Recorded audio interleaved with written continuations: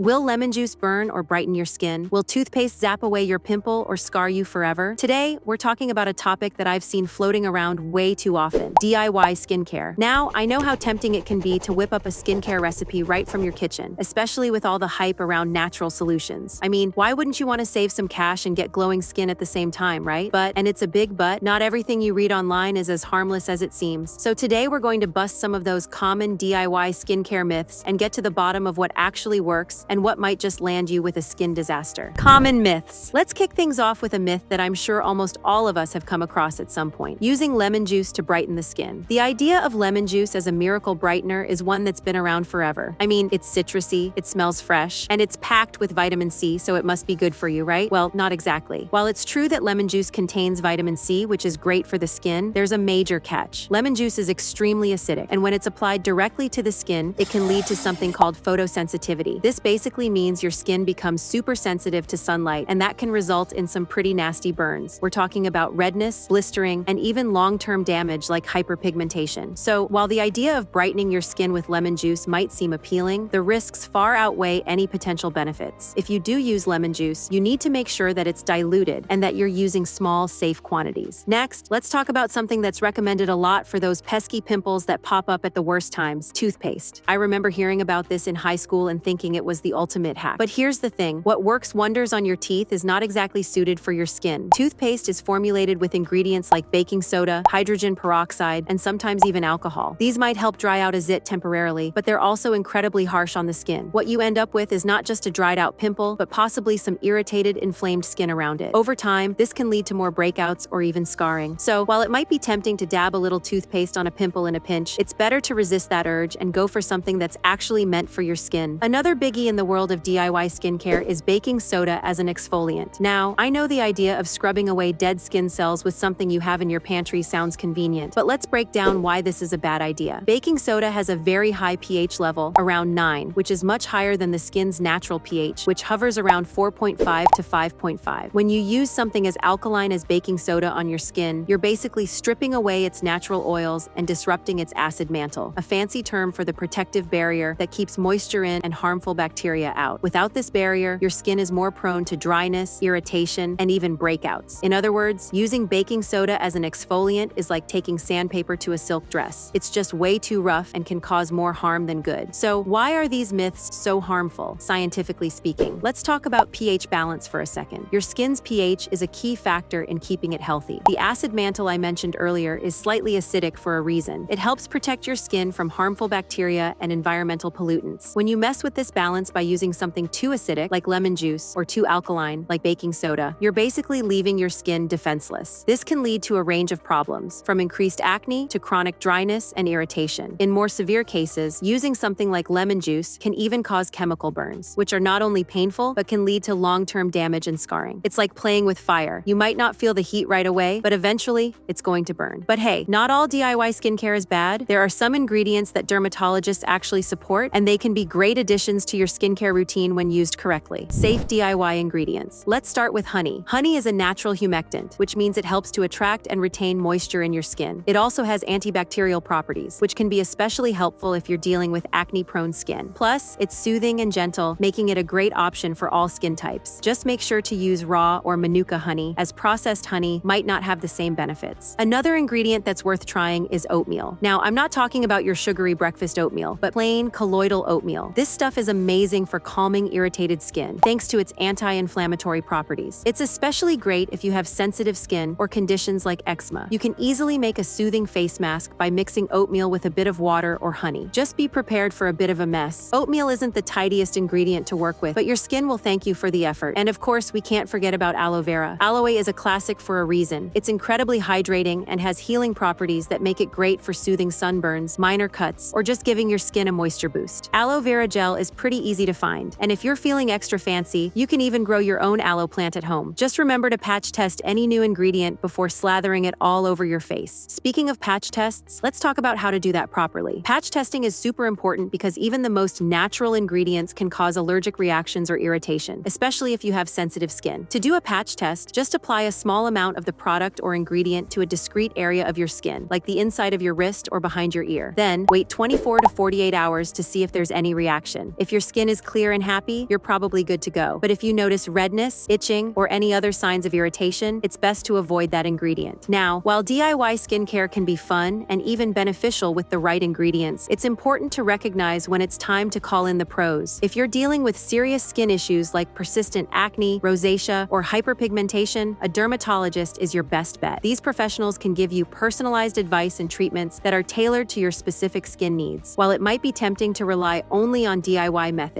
especially with all the information available online, there's no substitute for expert advice when it comes to your skin's health. So, to wrap things up, DIY skincare can be a mixed bag. While some methods are safe and effective, others can do more harm than good. The key is to always do your research, patch test new ingredients, and when you're in doubt, consult with a professional. Your skin is your largest organ after all, and it deserves the best care you can give it. I hope you found this video helpful and that it clears up some of the confusion around DIY skincare. If you've tried any DIY methods, or if you have your own tips and tricks, I'd love to hear about them in the comments below. Don't forget to subscribe for more skincare tips and hit that notification bell so you never miss an update.